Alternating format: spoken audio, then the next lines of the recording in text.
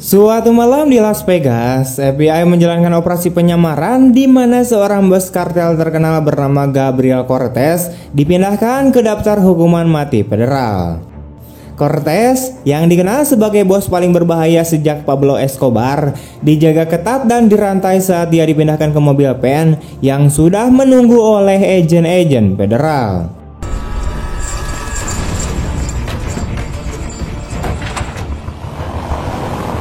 Agen John Bannister adalah orang yang bertanggung jawab atas operasi ini. Dia telah menyiapkan seluruh konvoi dan dia bahkan membawa tim penyelamat manusia. Mereka menempatkan pen yang membawa Cortez dan agen yang menjaganya di tengah secara strategis. Ketika semuanya tampak berjalan sesuai rencana, hal yang tidak terpikirkan pun terjadi.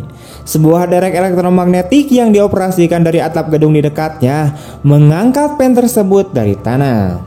Di sini, elektromagnet dengan cermat memutuskan untuk hanya menarik pistol agent, bukan belenggu tahanan dan semua benda logam lainnya.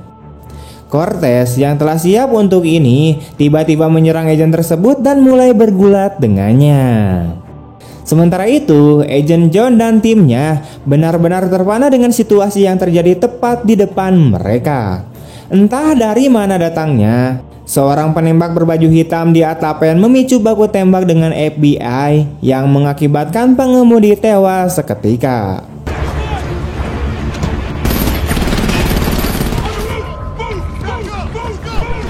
Melihat pen diangkat ke atap, John memerintahkan anak buahnya untuk menghentikan tembakan dan menuju ke sana.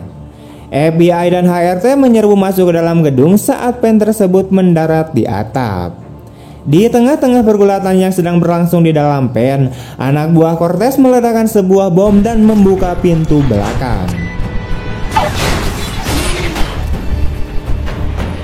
Dengan menggunakan seorang agen sebagai perisai, Cortez melarikan diri dari pen, berjalan dengan krunya ke gedung di seberang jalan. Di tengah kebingungan, John melihat garis-garis pembatas.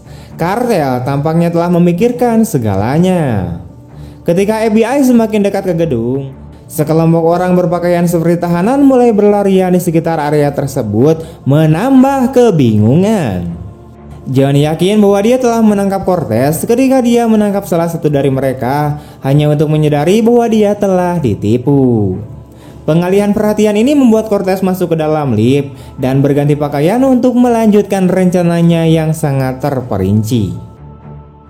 Di sebuah gang, Agent Richard dan MC Kai sedang mencari Cortez ketika tiba-tiba sebuah mobil melaju ke arah mereka menabrak MC Kai. Dengan tenang keluar dari mobil, Cortez melucuti senjata Agent Richard sebelum berjalan ke arah MC Kai. Cortez tampaknya tahu segalanya tentang pria itu, bahkan bahwa dia akan segera menjadi seorang ayah. Meskipun demikian, segera setelah MC Kai meletakkan pistolnya, Cortez dengan dingin menembakkan peluru ke otaknya. Karena tidak dapat menghubungi Richard melalui radio, John bergegas ke gang hanya untuk menemukan MC Kai tewas dan Richard tidak terlihat. Mari kita kembali ke masa lalu di Somerton, Arizona, tepat di dekat perbatasan Meksiko. Di sanalah kita menemukan Sheriff Ray Owen. Dia adalah mantan perwira LAPD yang menjalani pelatihan khusus di divisi taktis elit. Ray tidak asing dengan bahaya, di mana dia bahkan mendapatkan medali keberanian setelah selamat dari tembakan 5 kali saat baku tembak dengan penyelundupan narkoboy, tapi sayangnya timnya tidak berhasil. Tidak heran jika dia memutuskan untuk meninggalkan kekacauan dan menjadi sheriff di Somerton. Jadi ini adalah hari libur Ray, dan sebagian besar penduduk kota termasuk wali kota bersiap-siap untuk menonton pertandingan sepak bola. Namun sebelum mereka semua pergi, wali kota memberikan kunci mobil Chevy kesayangannya kepada Ray dan memintanya untuk menjaga dia dengan baik. Kemudian di restoran lokal, Ray bertemu dengan beberapa sopir truk yang mencurigakan. Salah satunya bernama Burrell yang mengaku mengangkut suku cadang mobil. Intuisi Ray muncul saat mereka buru-buru pergi, membuatnya mencatat nomor plat nomor mereka untuk berjaga-jaga. Di sebuah kota kecil yang tenang dan jarang terjadi kejahatan, Ray memiliki 3 orang wakil di bawah komandonya yang tidak memiliki pengalaman lapangan yang nyata. 2 di antaranya bernama Mike dan Jerry memutuskan untuk mengesampingkan Donat dan bersenang-senang dengan menembak sepotong daging sapi ditemani oleh Dinkum, yaitu seorang penggemar senjata antik dan pemilik museum. Jerry benar-benar seorang pemula. Dia sepertinya tidak tahu apa itu recoil dan akhirnya mematahkan hidungnya sendiri dengan tembakan pertama. Keseruan itu berakhir saat Ray memasuki tempat kejadian dan memarahi mereka. Setelah menyerahkan nomor plat nomor kepada para deputinya dan menyuruh mereka untuk menjalankannya, Ray bergabung dengan para penembak daging sapi dan menunjukkan kepada mereka bagaimana cara melakukannya. I'm really sorry. Yeah, I got something for you. Okay. In this place for you. Burrell bertemu dengan krunya di sebuah peternakan dekat kota. Ternyata kecurigaan Ray benar, di mana Burrell tidak mengangkut suku cadang mobil dan dia terlibat dalam beberapa transaksi gelap. Untuk memuaskan petani pemilik tanah, Burrell menawarkan uang kepadanya, tetapi pria itu yang keras kepala itu hanya ingin dia meninggalkan tanah miliknya, mengeluarkan senapannya dan melepaskan tembakan peringatan. Akibatnya, Burrell memerintahkan anak buahnya untuk menembak petani tersebut saat dia berjalan pergi dengan lembut. I got some trouble with the farmer. Get the hell off my property. Take the lead. Di kantor Sheriff Somerton, kita bertemu dengan deputi lainnya bernama Sarah. Dia memenjarakan mantan pacarnya seperti yang diperintahkan oleh Sheriff. Pria itu bernama Frank, seorang veteran yang pernah bertugas di Irak dan Afghanistan dan telah menjadi teman dekat Jerry selama bertahun-tahun. Sudah jelas bahwa Frank ingin memperbaiki hubungan dengan Sarah, tapi Sarah tidak tertarik. Kemudian Jerry meminta Mike untuk menunjukkan kepadanya cara menjalankan nomor plat yang diberikan Ray sebelumnya. Malam harinya, Jerry pergi ke tempat Ray dan memberitahukan bahwa Burrell, pemilik plat nomor tersebut, tidak memiliki catatan kriminal. Namun bukan hanya itu tujuan Jerry ke sana. Dia meminta Ray untuk membantunya mendapatkan pekerjaan di LAPD yang disetujui oleh Ray. Keesokan paginya, Ray terbangun oleh sebuah telepon. Pekerja restoran bernama Christy memberitahunya bahwa peternak belum mengantarkan susu dan dia khawatir karena pria tua itu tidak pernah melewatkan pengiriman selama yang dia ingat. Ray mengirim 2 orang wakilnya untuk memeriksa rumah petani tersebut dan mereka segera menemukan mayat pria itu di lantai. Ketika Sheriff tiba di lokasi pembunuhan, dia memerintahkan Sarah dan Jerry untuk mencari jejak ban. Terlepas dari teori Mike tentang perampokan yang gagal, Ray berpikir sebaliknya. Setelah memeriksa luka tembak di kepala petani, dia menyimpulkan bahwa senjata pembunuhannya bukanlah pistol.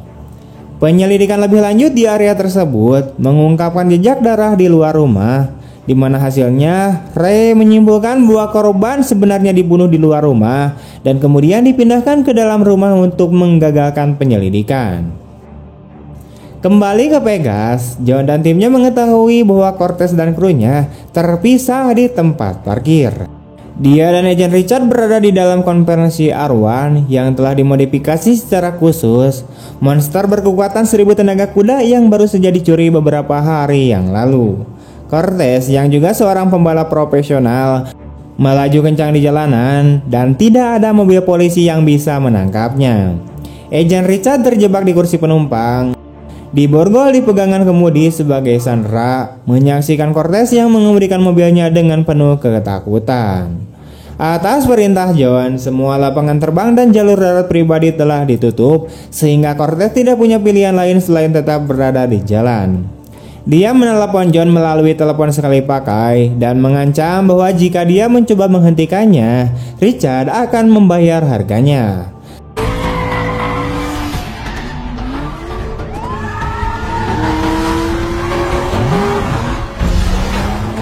Kembali ke pengejaran, meskipun Cortez mengemudi di jalan sempit tanpa lampu jalan, sebuah helikopter entah bagaimana melihatnya. FBI segera memerintahkan penghadangan dengan banyak mobil polisi dan petugas, berharap bisa menghentikannya. Sedikit yang mereka ketahui, Cortez memiliki 2 SUV yang penuh dengan orang-orang bersenjata yang memimpin. Dalam sekejap mata, mereka memuntahkan hujan peluru ke arah polisi dan membunuh mereka semua. 5 minutes. Move.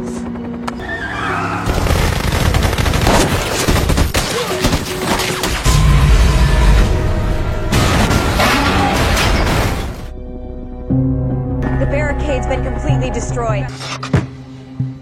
Kemudian, sebuah truk yang dilengkapi dengan penangkap sapi besar membersihkan jalan, membiarkan Cortez lewat tanpa goresan. Meskipun Cortez telah berhasil melewati penghalang jalan, dia masih memiliki helikopter di ekornya. Setelah berkendara beberapa saat, menjadi jelas bahwa Agent Richard sebenarnya telah dibeli oleh Cortez dan dialah yang memberinya informasi untuk misi penyelamatan. Menurut kesepakatan mereka, Cortez memindahkan uang sebesar $3 juta ke rekening bank Swiss milik wanita itu. Dia kemudian memberinya lampu hijau untuk melepaskan borgoannya, sehingga wanita itu bisa keluar dari peran Sandra yang selama ini dimainkannya. Kemudian Cortez melakukan aksi selanjutnya, di mana dia menyalakan kamera penglihatan malam, mematikan lampu depan dan menginjak rem untuk menghilang dari pandangan helikopter. Ketika helikopter itu mencoba untuk berbalik, Cortez terus melaju ke arahnya dan berhasil lolos tanpa diketahui.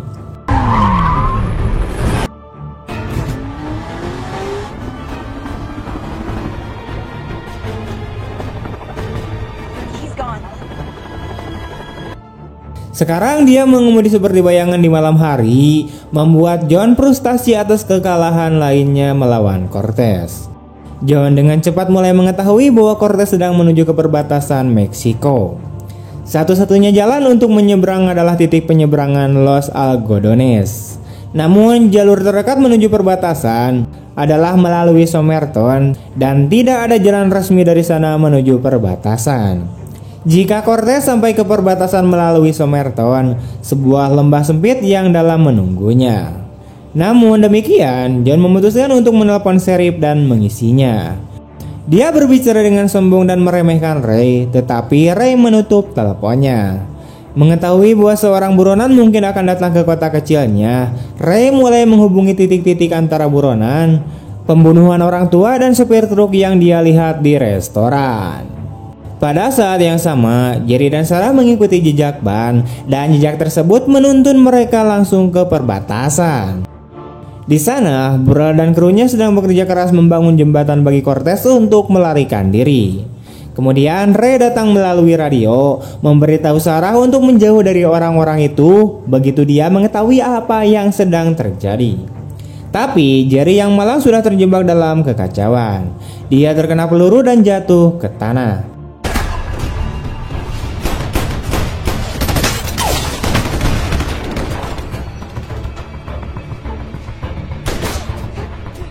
Sekarang orang-orang jahat mengincar Sarah, tapi dia dengan cepat bergerak dan berlindung di balik mobilnya. Hal ini memberikan kesempatan bagi Jerry untuk mencari perlindungan juga, berjalan tertatih-tatih menuju batu besar di dekatnya.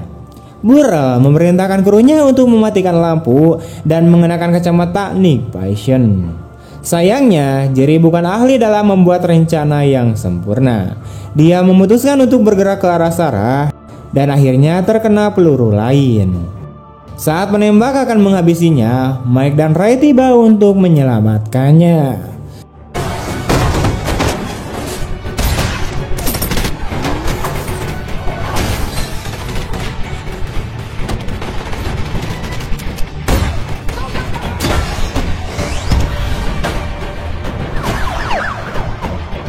Ray melumpuhkan pria itu, menghabisi beberapa penjahat lainnya dan menyelamatkan Jerry dan Sarah dari kekacauan.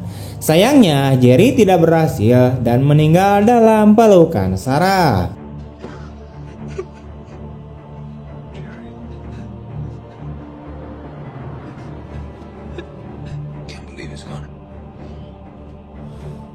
Kemudian di kantor Sheriff, Frank sangat terpukul saat mengetahui kematian sahabatnya.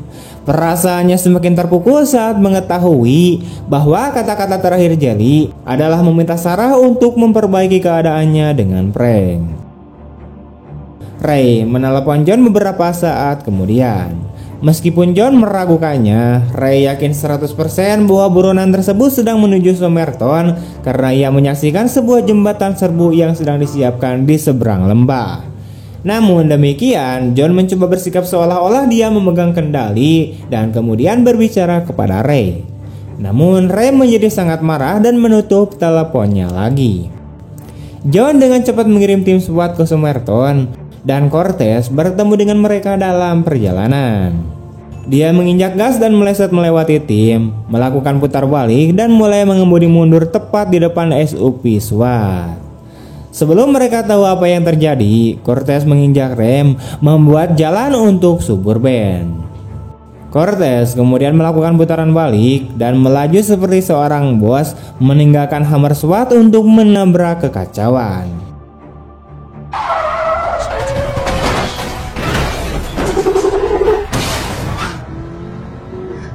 Kembali ke kantor Sheriff, Ray menyadari bahwa SWAT tidak akan datang, jadi dia memutuskan untuk menangani semuanya sendiri. Dia siap menghadapi Cortez dan krunya dan membalaskan dendam atas kematian wakilnya. Mike tidak yakin bahwa mereka dapat melawan kartel dan ingin mundur, tetapi ketika dia melihat Sarah dan bahkan Frank melangkah maju, dia dengan enggan ikut serta. Akibatnya, Ray membebaskan Frank dan mewakilinya.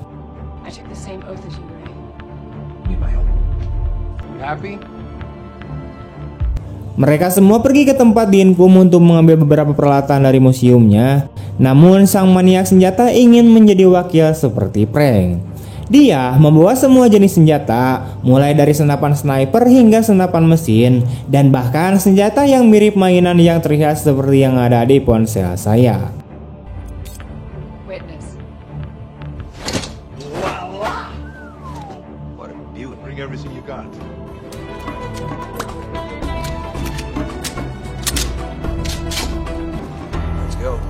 Sementara itu, John bertanya-tanya bagaimana Cortez bisa merencanakan pelarian dengan begitu akurat. Dia menyuruh krunya untuk menggali rincian keuangan setiap orang untuk mencari tahu tentang tahi lalat tersebut.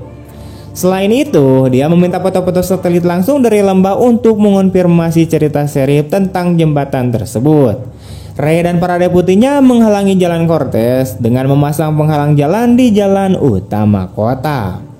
Dia menyuruh Sarah untuk berjaga di sebuah bangunan terdekat dengan pemandangan yang bagus dan menjadi pengintai, sementara dia menugaskan Mike untuk menjaga benteng di belakang blokade. Kemudian dia berbicara dengan orang-orang lain di kota, menyuruh mereka mencari tempat yang aman untuk bersembunyi yang tidak berjalan dengan baik. Saat John terbang ke Somerton dengan jet pribadi, tiba-tiba gambar satelit tiba dan mengonfirmasi bahwa Sheriff benar tentang jembatan itu. John semakin merasa malu saat mengetahui bahwa Sheriff tua itu mendapatkan medali keberanian karena telah menembakkan 5 peluru dalam pertempuran melawan sekelompok penyelundup narkoboy. Burrell dan anak buahnya tiba di kota untuk memastikan jalan bos mereka bersih. Di jalan utama, Burrell mulai mengolok-olok mobil-mobil yang menghalangi jalan dan memerintahkan anak buahnya untuk menyingkirkan siapapun yang menghalangi jalan mereka. Tiba-tiba pekerja restoran yaitu Christy muncul. Mike yang bersembunyi di balik mobil-mobil melihatnya pertama kali dan menyuruhnya melarikan diri. Tetapi Christy mulai mengajukan pertanyaan bodoh.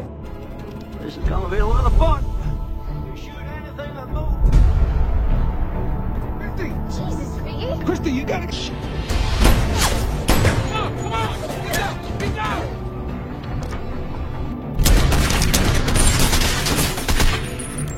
Hal ini mendorong Mike untuk bertindak, melepaskan tembakan untuk melindungi gadis itu. Dia melepaskan tembakan perlindungan sehingga Christy bisa lari ke tempat yang aman di dalam restoran. Kemudian entah dari mana orang-orang jahat itu mengeluarkan peluncur yang ditembakkan di bahu dan meledakkan mobil tempat Mike bersembunyi. Mereka mengira telah membunuh Mike, namun begitu asapnya hilang, dia muncul dengan senapan mesin tuanya dan menembaki mereka.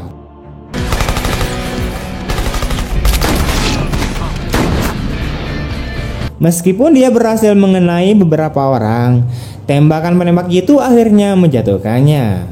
Saat itulah Sarah masuk dan menembak penembak jitu tersebut untuk mengalihkan perhatian pada dirinya sendiri.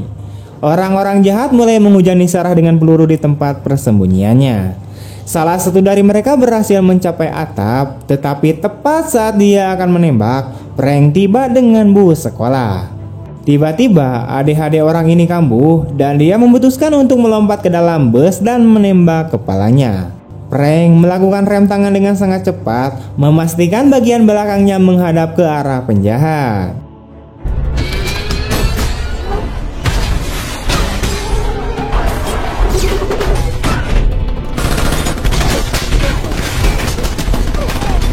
Kemudian, Sheriff dengan bantuan dari Dinkum keluar dari pintu belakang dan mulai meledakkan diri dengan HMG-nya, menghabisi semua ancaman yang ada. Namun, masih ada lagi yang akan datang. Burrell yang bersembunyi di balik mobil dan salah satu anak buahnya yang berada di atap mulai menembak balik. Ray bereaksi sekali lagi, mendobrak pintu untuk masuk ke dalam restoran.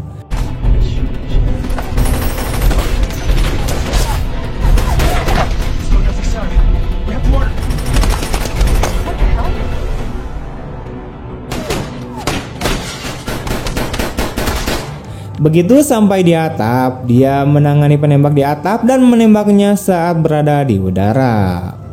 Pada saat yang sama, seorang pria bersenjata lainnya melihat Sarah di atap dan mulai menuju ke arahnya. Tetapi Frank melompat dengan sangat cepat dan mengatasi masalah tersebut dengan membuat saringan manusia dari pria itu. Sepertinya Frank dan Sarah tidak akan menjadi mantan mitra setelah ini. Di sisi lain, satu-satunya orang yang tersisa dari kru Burrell mencoba menyerang Dinkum, namun akhirnya hancur berkeping-keping oleh pistol anehnya.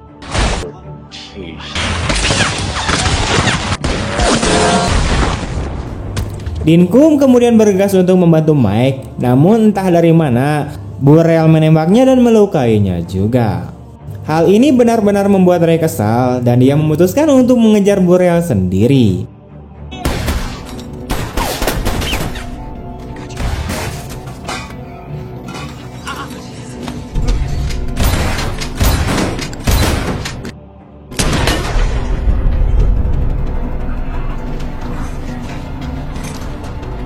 Ternyata Burrell menyelinap ke dalam bus ketika dia mulai menembaki Ray dari sana. Ray sangat cepat bergerak, di mana dia menyelinap ke bawah bus dan menjewer telinga pria itu dari bawah. Kemudian dia melompat ke dalam bus dan menghabisinya dengan cepat, membuktikan siapa yang berkuasa di sini. Drop the weapon.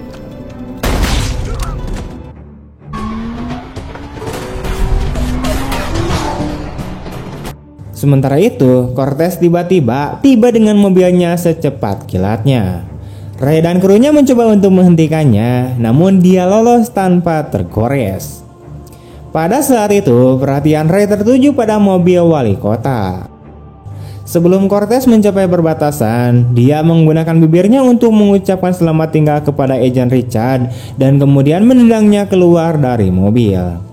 Saat Cortez dengan senang hati menuju perbatasan, Ray tiba-tiba muncul dan mulai membuntutinya. Mereka saling kejar-kejaran, namun akhirnya mereka berdua menabrak sebuah mesin pertanian dan berhenti.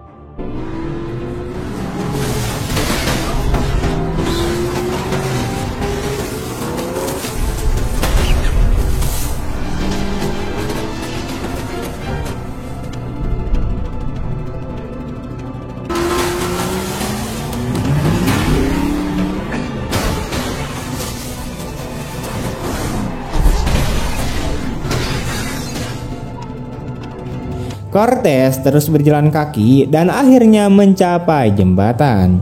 Namun pelariannya menemui hambatan saat dia berhadapan dengan Sheriff.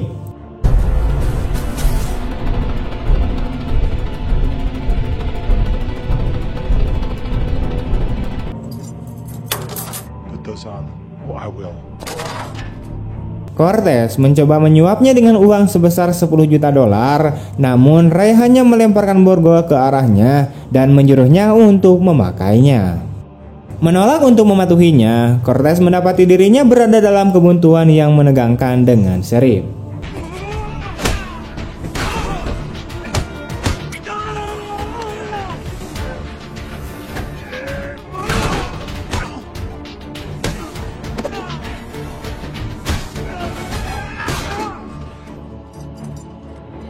You are under arrest. Setelah pertarungan sengit, Ray berhasil mengalahkan Cortez dan mulai menyeretnya ke tanah. Tanpa diduga, pria itu mengeluarkan belati dorong dan mulai menebas Ray ke kiri dan ke kanan yang akhirnya menusuk pahanya. Namun Ray tidak menyerah, di mana ia melucuti senjata Cortez dan menusukkannya kembali pisaunya, di mana kali ini ke paha Cortez. Putus asa, Cortez kemudian menebarkan $20 juta kepada Sheriff hanya untuk berpaling ke arahnya, tetapi Ray mengatakan bahwa kehormatannya tidak dijual. Saat itulah Cortez mengeluarkan kalimatnya yang tidak terlalu berkelas, "Persetan dengan kehormatanmu." Sementara itu, FBI tiba di kota dengan sangat terlambat dan Sarah serta Frank tidak menyia-nyiakan waktu untuk memberikan komentar pedas. Tidak butuh waktu lama bagi Ray untuk muncul, mengendarai mobil wali kota yang rusak dengan Cortez di belakangnya. Saat itulah akhir cerita yang cerah dan penuh pelangi dimulai. Dinkum dan Mike mendapatkan perawatan di rumah sakit tanpa cedera serius. John menampar borgol Agent Richard karena menyadari adanya uang sebesar $3 juta di rekening banknya di Swiss. Ray memilih untuk tidak mengambil rencana wakil Frank. Dan pada akhirnya John mengakui telah meremehkan Ray dan mengucapkan terima kasih langsung dari hati.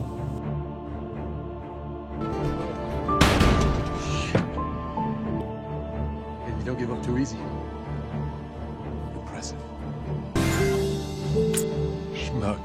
Satu-satunya yang tidak terlihat senang adalah si wali kota yang berakhir dengan mobilnya yang rusak.